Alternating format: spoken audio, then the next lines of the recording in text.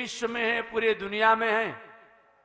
भक्तों की भावना से आर्द्र होकर के, प्रसन्न होकर के और भक्तों पर कृपा करने के लिए कभी अर्चावतार के रूप में, कभी नामावतार के रूप में, कभी कीर्तनावतार के रूप में, कभी जोगावतार के रूप में, कभी कर्मकांड के अवतार के रूप में, कभी रामावतार में, कभी कृष्णावतार में, अलग अलग रूपों को धारण करके भगवान इस दुनिया में केवल एकमात्र केवल भक्तों को कृतार्थ करते हैं। भगवान की इस दुनिया में आने का दूसरा कोई कारण नहीं है। केवल एकमात्र अगर भगवान के आने का कारण है तो भक्तों को ऊपर कृपा करना, भक्तों को कृतार्थ करना, यही बताया गया। तो मैं निवेदन करते आ रहा हूं कि कथा ही हमारी जीवन की परिचय है, कथा ही हमारे जीवन का आयाम है, कथा ही हमारे जीवन की स्थिति है जिसके द्वारा हमारा आपका परिचय बनता है। कथा को मानव जीवन से हटा दिया जाए तो हमारा आपका कोई परिचय ही नहीं बनता है। ऐसी पावन कथा कोई संसार पर प्रकट करने के लिए, स्थापित करने के लिए सृष्टि के आदि में आज से लगभग 50,000 करोड़ वर्ष पहले भगवान श्रीमन नारायण महाप्रलय के अंत में और सृष्टि प्रगट के प्रारंभ में, जिसमें पूरी दुनिया जलमग्न थी, जल ही जल था, ऐसे जलमग्न संसार में परमात्मा ओम दिव्यो देव एको नारायण न ब्रह्मा नेषाण, वह भगवान श्रीमन नारायण ही एकमात्र थे। अपने मन में भावना भावित किए, क्या मैं अकेले ही रहूं कि दो हो जाऊं। भगवान किसी से किसी प्रकार कोई सहायता नहीं लेते हैं, किसी से विचार नहीं लेते हैं, किसी से सलाह नहीं लेते हैं। हम भक्तों की भावना को मर्यादा बढ़ाने के लिए सलाह ले लेते हैं, सलाह ले लेते हैं। ये उनकी कृपा है जो पूरे दुनिया को पार करने वाला परमात्मा। और केवट से कह रहे हैं भाई रामावतार में, केवट हमको नदी उस पार उतार दीजिए। कितनी बड़ी आश्चर्य की बात है जी, कितनी बड़ी आश्चर्य की बात है। इसलिए भगवान भक्तों की भावना को याद करके भले ही किसी से सलाह ले लें, जिनके सत्य काम सत्य संकल्प से वेद हुआ करते हैं, वेद प्रकट हुआ करते हैं, वेद उत्पन्न हुआ करते हैं, वह परमात्मा आचार्य पुरोहित वशिष्ठ ऋषि के यहां विद्या को स्वीकार करते हैं। जिनके संकल्प मात्र से सारी दुनिया की मंत्र अपने आप प्रकट होती है, वह परमात्मा विश्वामित्र से विद्या स्वीकार करते हैं। केवल एकमात्र महापुरुषों की भावना को भावित करने के लिए, महापुरुषों की मर्यादा को बढ़ाने के लिए। यही तो होना चाहिए। अतः विष्णु सहस्त्र नाम में स्पष्ट कहा गया है, अमानी मानदः। अपने दूसरे से मान की कामना नहीं रखते हैं, लेकिन उन पर जो आश्रित रहता है उनको मान देते हैं। यही मानव का परिचय है, यही मानव की संस्कृति है, यही मानव की सभ्यता है। ऐसे अगर मानव में न हो तो ब्रह्म तत्व और ब्रह्म अंश का होने के बाद भी वह परमात्मा का अधिकारी नहीं है, वह मनुष्य कहलाने का अधिकारी नहीं है। क्योंकि मनुष्य शब्द का अर्थ ही होता है कि उन ब्रह्म, उन परमात्मा, उन ईश्वर, उन सत्य, उन सता, उन शक्ति, उन आनंद से हम अपने जीवन को जोड़ें, अपने जीवन को उनमें लीन करें, लय करें, विलय करें, तो सही माने में हमारा नाम मानव है। ये बताया गया। वह भगवान श्रीमन नारायण सृष्टि के आदि में इन कथाओं को स्थापित करने के लिए धराधाम पर सबसे पहले अपनी आह्लादनी शक्ति जगत जननी जगदम्बा महालक्ष्मी को प्रकट किए। महालक्ष्मी जी ने भगवान श्रीमन नारायण से कहा, प्रभु क्या हम दो ही लोग रहेंगे, क्या आगे सृष्टि नहीं हो सकती है? भगवान ने कहा हमारी इच्छा नहीं है। लक्ष्मी जी ने पूछा क्यों इच्छा आपकी नहीं है, क्यों इच्छा नहीं है? भगवान ने कहा इसलिए कि दो ही में आनंद है, बीच में माया और ब्रह्म ये दोनों का समन्वय ठीक ही है। शक्ति और शक्तिमान का समन्वय ठीक है, लेकिन शक्ति और शक्तिमान के बीच में जब जीव आ जाता है तो वह हाल उसी तरह से होती है। जल पवित्र है, पात्र भी पवित्र है, लेकिन जब ऊपर से वृष्टि होती है तो वही जल मटमैला हो जाता है, जल को भी दूषित कर देता है। ऊपर से वृष्टि होकर के जल और पात्र में अपने आप रखने पर भी मिट्टी के सम्मिश्रण से वह जल दूषित हो जाता है और पात्र भी अपने आप में दिखाई मटमैला ही पड़ता है। वस्तुतः जल में कोई दोष नहीं है, वस्तुतः जल में दोष नहीं है, पात्र में दोष नहीं है, लेकिन ऊपर से जो अपने आप में आकाश की द्वारा जो जल की वृष्टि हुई, बूंदे जो गिरी, इसे पृथ्वी के सम्मिश्रण द्वारा या पृथ्वी के और उपकरणों के सम्मिश्रण द्वारा जल में भी दोष आ गया और पात्र भी जल के दोष ले दूषित दिखाई पड़ने लगा। वही हाल है शक्ति और माया, शक्ति और शक्तिमान दोनों ठीक हैं, लेकिन जब बीच में जीव की अपने आप स्थिति आती है तो वह अपने आप में शक्ति और शक्तिमान इस जीव की सत्ता को अपने आप अपने में आभासित करके भी, प्रभाषित करके भी, स्थापित करके भी अपने आप में अपने तत्वों को जनाने में कभी कभी विफल हो जाते हैं। काश ऐसा नहीं होता तो रावण कहीं दिग्भ्रमित नहीं होता, काश ऐसा नहीं होता तो कंस और शिशुपाल दिग्भ्रमित नहीं होते। क्या उसमें ब्रह्म नहीं थे, उनमें शक्ति नहीं थी, उनमें सत्ता नहीं थी, उनमें ब्रह्म तत्व भी था, उनमें शक्ति तत्व भी थी, लेकिन ये जीव अपने जीव का मतलब क्या होता है, जीव का स्वभाव है। एक व्यक्ति ने पूछा था कि महात्मा जी जीव किसे कहते हैं, तो मैंने निवेदन किया कि जो अपने स्वरूप को जानने के बाद भी भूल जाए उसी का नाम जीव है। जो अपने स्वरूप को जानने के बाद भी भूल जाए उसको जीव कहते हैं। या जो वास्तविक तत्व है उन वास्तविक तत्वों से हट करके और जो वस्तु है सत्य तत्व नहीं हो उसी को अपना मान करके और उन परम तत्वों से अपने संबंध को तोड़ दे, उसी का नाम जीव है, उसी का नाम जीव है। भगवान श्रीमन नारायण लक्ष्मी जी के पुरस्कार से, अच्छा देवी जी आपकी क्या इच्छा है? लक्ष्मी जी ने कहा कि पहले जैसा सृष्टि किया जाए। भगवान ठीक है चलिए मैं करूंगा। वहीं भगवान ने 3 प्रकार की सृष्टि की, जो मैं 2 दिनों से निवेदन कर रहा हूं। 3 प्रकार की सृष्टि की, एक विचार की सृष्टि की, एक प्रकृति की सृष्टि की, एक प्राणियों की सृष्टि की।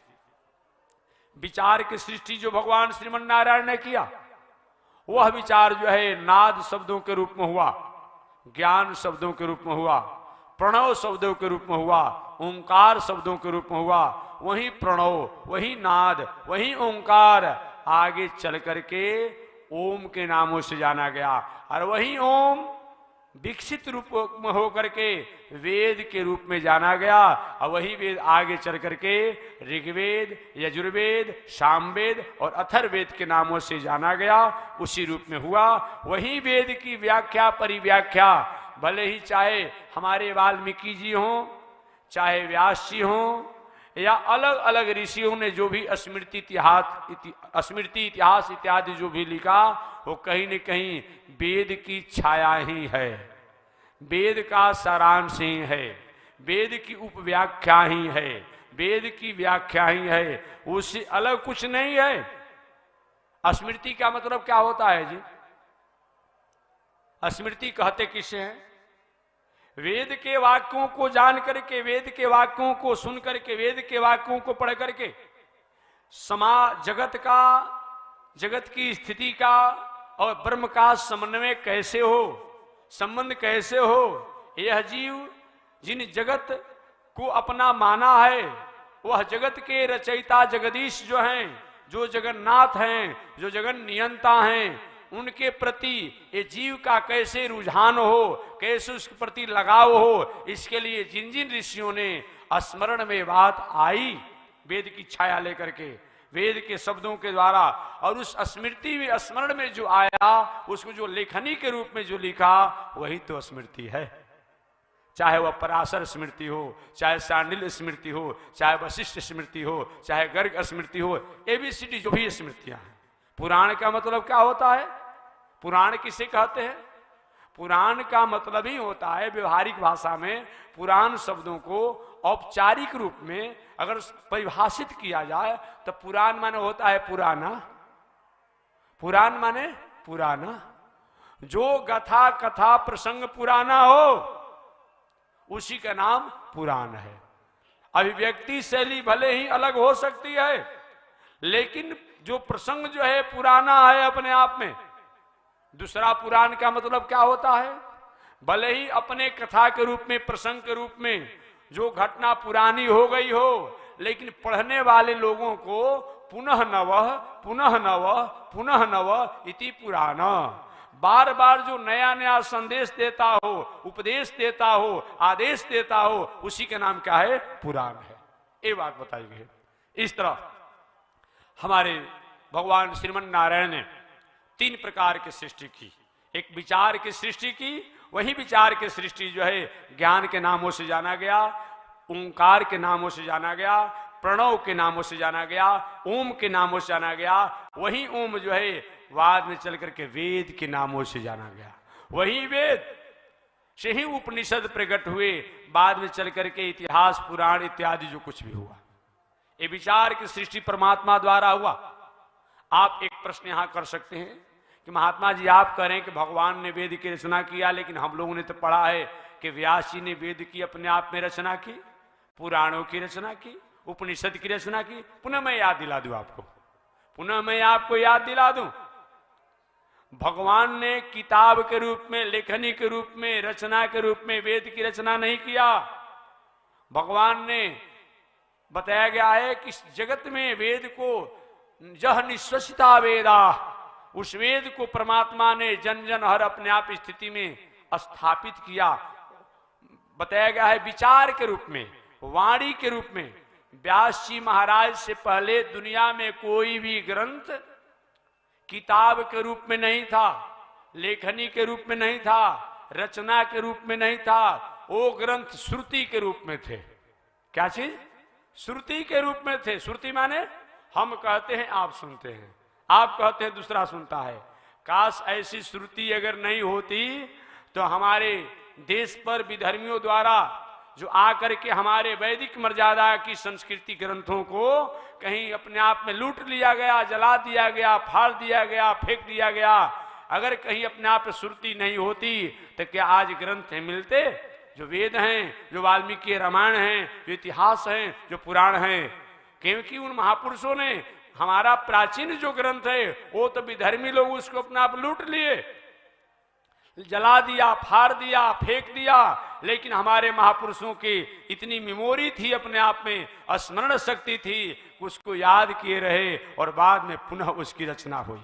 इसलिए कभी कभी पढ़ने में आप लोगों को वेद शास्त्र जो भी पढ़ते हैं, कभी किसी श्लोकों में अंतर थोड़ा आपको मिलता हो तो समझना चाहिए कि कल्प भेद है, सही मूल किताब मिल नहीं पाया। इस ऋषियों के अपने आप में विचार में हो सकता है वह स्मरण में बात नहीं आई होगी या छूट गया होगा, क्योंकि मूल ग्रंथ तो हमारे पास बचा ही नहीं है, बचा ही नहीं है।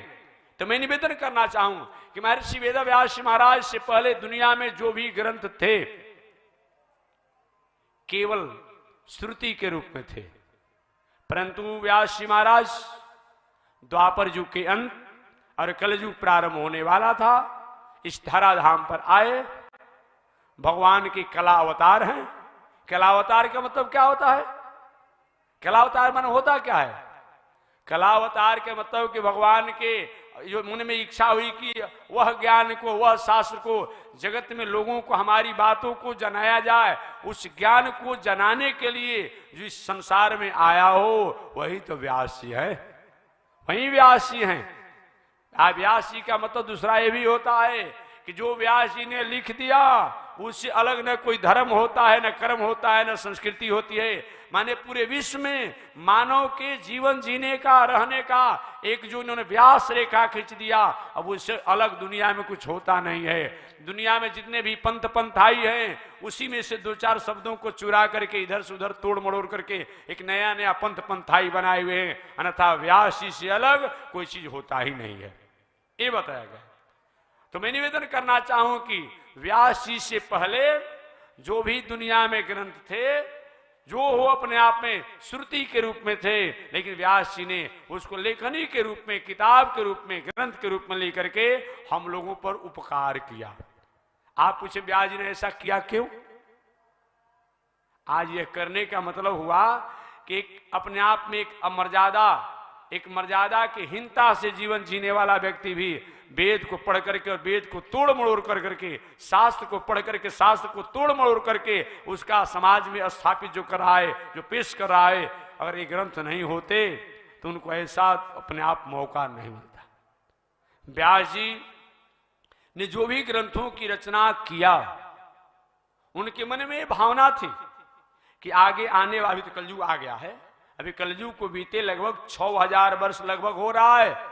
जानते थे व्यास जी की भविष्य में, द्वापर युग के समापन समय व्यास जी जानते थे कि आगे भविष्य में होने वाला जो समय जब कलयुग होगा, उसमें लोगों की मेमोरी कमजोर हो जाएगी। हो गई है कि नहीं हो गई है? दिन भर पढ़ते हैं, रात को भूल जा रहे हैं, और रात भर पढ़ते हैं, दिन को भूल जा रहे हैं। मेमोरी कमजोर हो गई कि नहीं हो गई है? इसलिए व्यास जी ने क्या किया, ग्रंथ के रूप में लिख दिया कि चलो भैया मेमोरी कम से कम कमजोर हो जाए, स्मरण शक्ति कमजोर हो जाए तो किताब में रहेगा तो पुनः देख करके ताजगी बन जाएगी। एक बात और मैं निवेदन करूं, आज भले ही हमारी संस्कृति, संस्कार, सभ्यता सब विचलित हो गई है, हम भटक गए हैं, हमारी मेमोरी भले ही कमजोर हो गई है, लेकिन जड़ की मेमोरी बढ़ गई है। आपके पास 32 GB का चिप होगा कि नहीं? सुने होंगे। 64 GB का चिप होगा कि नहीं? अब बताइए, पूरे दुनिया के ग्रंथों को 64 GB के में अपने आप लोड कर दीजिए और उसमें कुछ अंश खाली रह जाएगा।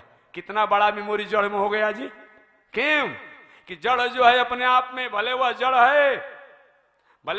है, लेकिन अपनी मर्यादा में है। हम चेतन होकर के अपनी दुर्भाग्यता में है।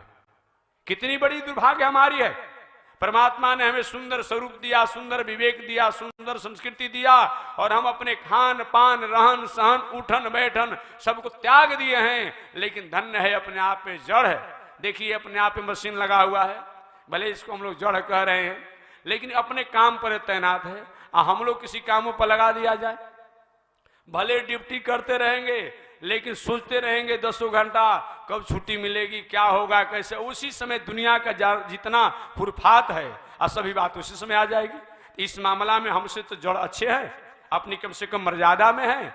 व्यास जी जानते थे कि आगे आने वाले समय में लोगों की मेमोरी कमजोर हो जाएगी, अतः उन्होंने ग्रंथों की रचना की। ये बताया गया। भगवान श्रीमन नारायण ने 3 प्रकार की सृष्टि की। एक विचार की सृष्टि की जो वेद इत्यादि के नामों से जाने जाते हैं, एक प्राणियों की सृष्टि की, इन प्राणियों की सृष्टि में सबसे पहले ब्रह्मा जी इस धराधाम पर आए, और एक प्रकृति की सृष्टि किया गया जिसके अंतर्गत पृथ्वी, जल, वायु, आकाश, अग्नि इत्यादि आते हैं। इस तरह से ब्रह्मा जी भगवान श्रीमन नारायण ने 3 प्रकार की सृष्टि की। जगत जननी जगदम्बा महालक्ष्मी ने कहा कि इतने से काम नहीं चलेगा, इसको और बढ़ाइए। भगवान ने कहा ठीक है, आगे मैं बढ़ाने की कोशिश करूंगा। तभी हम छोड़ देते हैं भगवान को विचार करने के लिए कि कल देखते हैं कि सृष्टि का विस्तार कैसे करते हैं। शेष चर्चा अगले दिन। आज मैं इसी पर अपने वाणी को विराम दे रहा हूं। एक बार भगवान का नाम ले, आगे परमात्मा की जय शिक्षा। श्रीमन नारायण नारायण नारायण, श्रीमन नारायण नारायण येण, लक्ष्मी नारायण नारायण नारायण, लक्ष्मी नारायण नारायण ना। बोलिए श्री लक्ष्मी नारायण भगवान के। भाष्यकार भगवान श्री रामानुजाचार्य स्वामी जी महाराज के, श्री प्रतिवाद वेंकटाचार्य स्वामी जी महाराज की, अनंताचार्य श्री गादी स्वामी जी महाराज की, विश्वबंध जगदाचार्य श्रीमद विश्वक्सेनाचार्य अस्मदाचार्य पूज्य गुरुदेव श्री त्रिदंडी स्वामी जी महाराज की हरि ओम। शांति शांति शांति। स्वामी जी महाराज की जय जय। नारायण सदया पत्रम धीभक्त्यादिवार्णवम यतीन्द्र प्रवणं वन्दे रम्यजामातरं मुनिं लक्ष्मीनाथ समारंभां नाथयामुन